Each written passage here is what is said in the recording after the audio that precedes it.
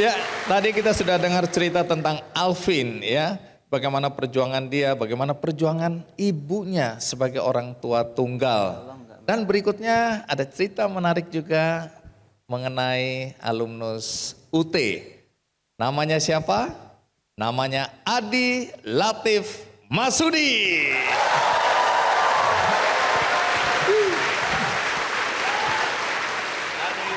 Adi, terima kasih ya. Silakan nyapa teman-teman yang hadir di sini dan siapapun yang mungkin menonton acara ini di luar sana. Halo, annyeonghaseyo yorobun. Oke, ternyata sudah tahu bahasa Korea, Mas Andi. Oh, itu bahasa Korea tadi? Iya, itu tadi salam dari bahasa Korea. Oh, coba diulang lagi, aku pikir bahasa... Annyeonghaseyo yorobun.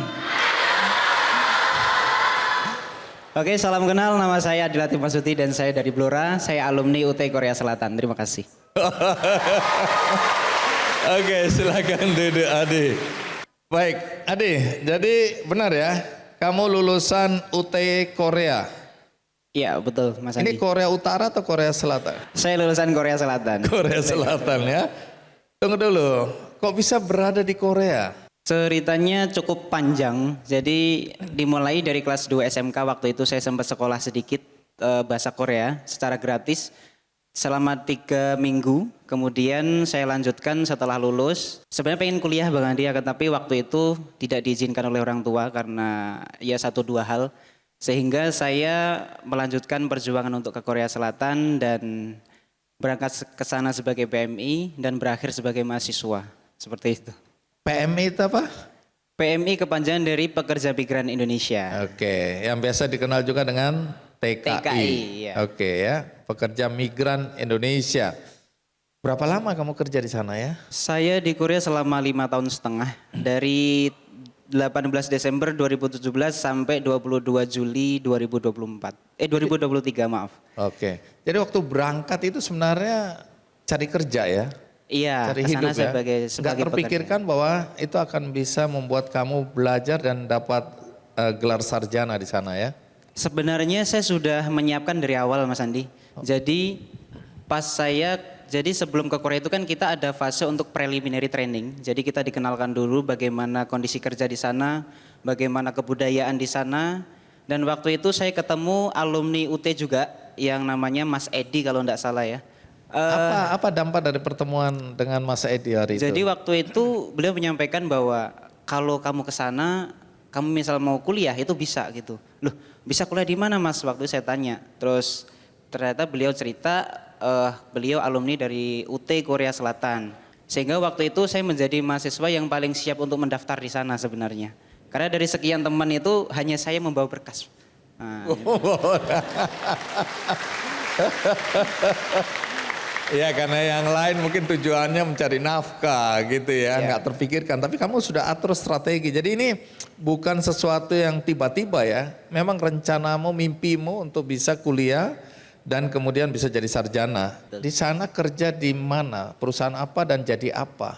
Saya bekerja di perusahaan Dongil DNM Co Ltd. Waktu itu satu naungan di bawah grup LG. Jadi saya produksi untuk spare part mesin cuci. Nah, yang jadi pertanyaan sebenarnya orang tuamu pekerjaannya apa ini di Blora ini? Orang tua saya, ini mohon maaf, bukan berarti saya merendahkan secara profesi. Saya tahu orang tua saya itu sangat mulia karena beliau memperjuangkan saya sampai hari ini. Beliau profesinya adalah buruh tani dulunya. Beliau juga sempat menjadi TKI waktu itu. Ibu saya dari 2003 sampai 2008 itu di Arab Saudi. Bapak Waktu itu ibu pulang, kemudian saya SMP kelas 2 waktu itu, Bapak ganti yang ke Malaysia. Jadi bagaimana kehidupanmu di masa kecil dan secara ekonomi bagaimana? Jadi waktu itu bisa dikatakan cukup sulit karena sampai 2017 itu kami masih numpang di tanah orang untuk tanah. Kemudian rumah itu hasil swadaya masyarakat waktu itu. Yang terakhir itu diusir dari yang punya tanah. Jadi saya selama hidup 27 tahun itu mengalami sendiri diusir itu 5 kali. Jadi pindah di satu tempat. Yang pertama itu paling parah Mas Andi. Jadi orang tua itu karena memang kurang berada. Jadi kita itu numpang di tempat orang. Dan kita tempat tinggalnya waktu itu kalau di rumah Jawa itu kan biasanya antar genting itu kan ada talang itu ya, ada talang air. Dan kita posisi kamarnya di situ, satu petak kecil itu. Kalau hujan itu parahnya bocor gitu kan, dan itu belakang sudah kandang sapi. Lah saya paling ingat betul ya waktu itu hujan deras gitu kan, terus bocor. Ya kita beri semangat lah.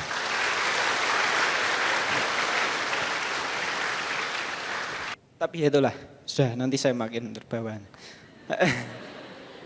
Singkat cerita itu terus kemudian 2017 itu pada intinya saya bertekad bahwa dulu saya itu kenal profil Pak Khairul Tanjung ya. Jadi beliau itu mengeluarkan statement dalam bukunya yang Anak Singkong itu bahwa pendidikan adalah satu-satunya jalan untuk memutus rantai kemiskinan. Jadi saya pegang kuat itu dan sampai hari ini selesai. Terima kasih karena dari awal kami udah nangis. Jadi kamu tidak mengajak kita menangis lagi ya. Kamu kerja di Korea. Ini menyingkat supaya kamu nggak nangis lagi nih. Iya, jangan digiring ke sana Bang Adi. Iya.